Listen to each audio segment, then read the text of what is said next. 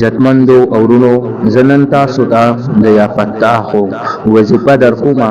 په دې وظیفه باندې ځان پوه کړئ او زمونږ دا بیان تر اخره پورې واورئ، ځکه چې بیا تاسو اکثر دا خبره کوي وي مولوي صاحب او فلاني صاحب تاسو چې کومه وظیفه راکړې وه هغې کار ونه کړ، اوس دا وظایف دا کار ولې نه کوي؟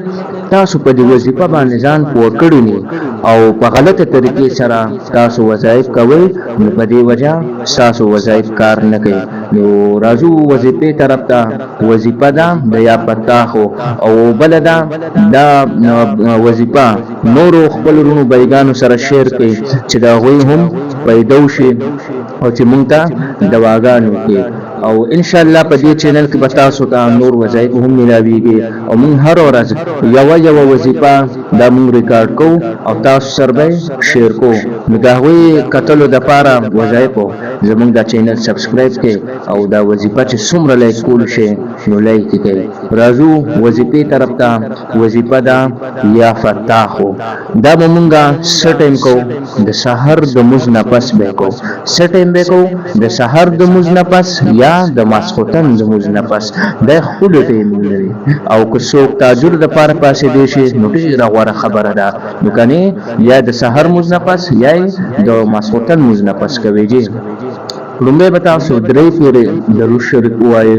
کوم درود شریف؟ د مونځ درود شریف. جی کوم چې مونږ په مونځ کې وایو. کله چې تاسو درې پیرې درود شریف وویل یا فتاح یا فتاح دا به تاسو 101 پیرې ووایئ. جی په اخره کې بیا به تاسو درې پیرې درود شریف ووایئ د مونځ. دې سره به ستاسو وظیفه پوره شي. او د دې نه پس به بیا مونږ دوا غواړو. جی بیان تر اخره پورې واورئ. دوا به مونږ څنګه غواړو؟ لاس به اوچت کو، درود شریف به ووایو د مونځ او دوا به غواړو چې الله زمونږ مشکلات ختم کړي. بیا هر سړی پوهېږي او خپل مشکلات ورته معلوم دي. جی نو کله چې تاسو دوا ختم شوه نو په اخره کې بیا به مونږ او تاسو درود شریف ووایو.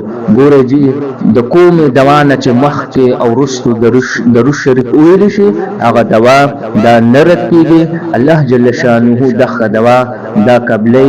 هسې چې مونږ او تاسو دوا غواړو جی دا د اسمان او د ځمکې ترمنځ ځوړند دی او چې کله مخکې او وروستو ترېنه درود شریف وویلی شو نو دا دوا دا عرش ته رسي. او دې سره سره مونځ ډېره پابندي کوئ. مونځ 5 وخته کوئ. کله چې مونږ او تاسو 5 وخته مونځ کوو نو الله جل شانه به زموږ مشکلات دا حل کوي او زموږ وظایف دا به کار کوي. او دې سره سره 1000 مرتبه هر ورځ درود شریف نبی علیه الصلاۃ والسلام باندې جی وایئ. د دې ډېرې غټې فایدې دي. اوس په دې وخت کې زه نشم ویلی خو 1000 مرتبه درود شریف وایئ. کاونټر ځان له واخلئ دا لنډ درود شریف وایئ. صلی الله علیه و آله وسلم. صلی الله علیه و آله وسلم.